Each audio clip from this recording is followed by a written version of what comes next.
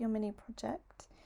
So I've already had a look at it, and I've just done a few things just to show you, to make you think about things to consider in your second year if you move forward with a similar project, but also with your presentation of your journal. So your predicted grade is a B, and I've awarded you a B on a level of skill that you've been working towards. I will go through a little bit of the grading criteria at the end. So it starts off really well. Don't forget though that body type should be no more than 12 point. Okay, so if this journal was to be printed out, anything beyond that would look massive, and it just, remember 14 point onwards is for people that are either learning to read or struggle with reading. So it's really important. Also, can you make sure with graphics that you don't underline anything? It's really important that, okay?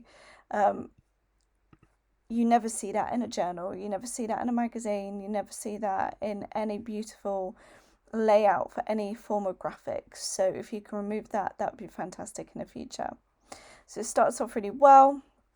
Great little synopsis, fab photo shoots that you've taken, and the layout's really lovely as well.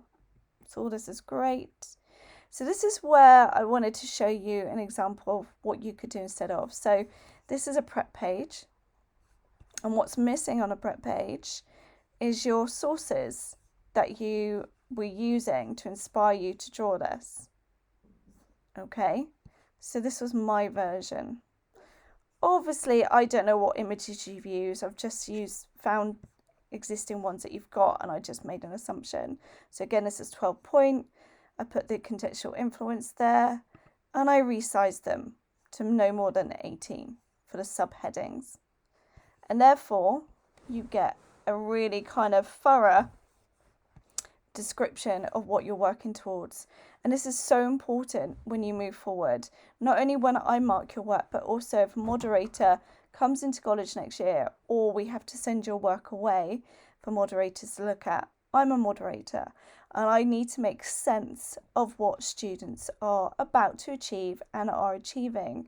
So to put everything on one page, say, here's my contextual, here's my sources, here's my initial ideas, it leads the eye. So then it goes into this, and this is beautifully laid out. Please remember to put the icons, so if it's Photoshop, or if you've used obviously different software. So if it's, I can't remember what it's called actually, but if it's a software for an iPad or whatever, you put that in. And then sort of like show your favourite one slightly larger. Okay, I really like this page. I was like, oh, has he done some work on perspective? But you haven't. So although you can see that you have here, there's no evidence of you kind of learning that. So for instance here, perspective tutorials. Now you don't obviously have to do this now, you know, the project's concluded.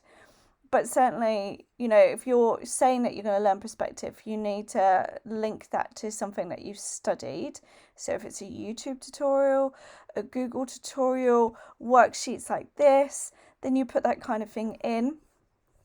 Remember, everything's quite scaled up too much here. So all this would be scaled down, scaled down, scaled down, no underlining. And therefore you could have had the tutorials you looked at, and maybe even a quick sketch of how this would have looked.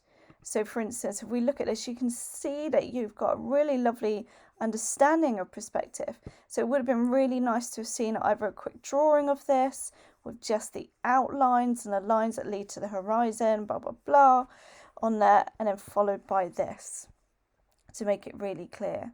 Otherwise, it's not that clear. And again, what you could do here is you'd put your larger one here, then you show them in different colours. Maybe you'd have more tonal work. Maybe you'd add effects to them. Maybe you'd even add an object, either a person, like a silhouette walking up the road, or changing the colours of the lights and the windows.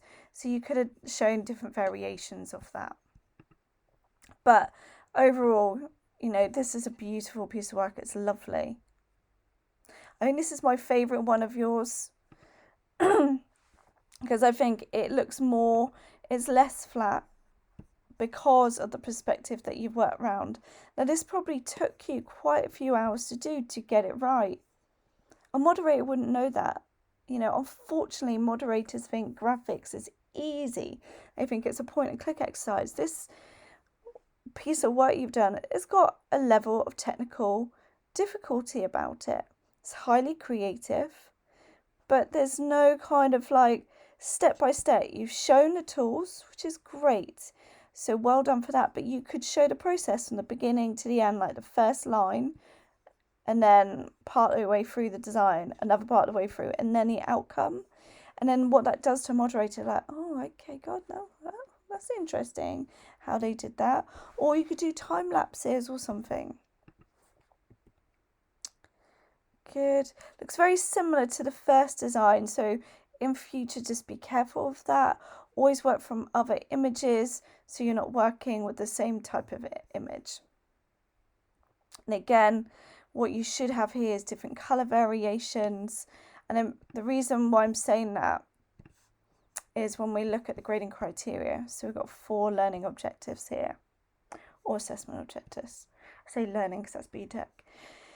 So the first one, develop ideas to sustain and focus investigation. So each of your designs is its own investigation.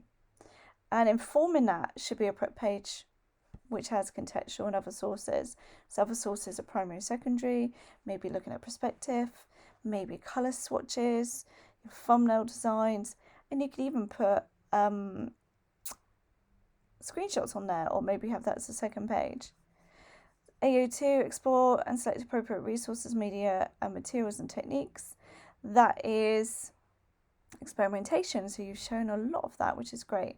But where it says reviewing and refining ideas as what it develops, there's almost 2 parts of this. That part is variations, so development of the experimentation, so adding maybe textures like marbling, mark making, maybe adding more tonal definition, maybe adding something, taking something away, making something larger, smaller, those kind of things.